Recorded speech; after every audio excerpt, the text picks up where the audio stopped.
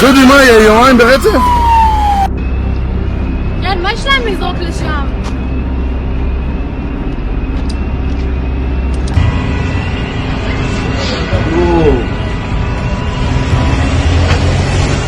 וואי, אלוהים, מה קורה?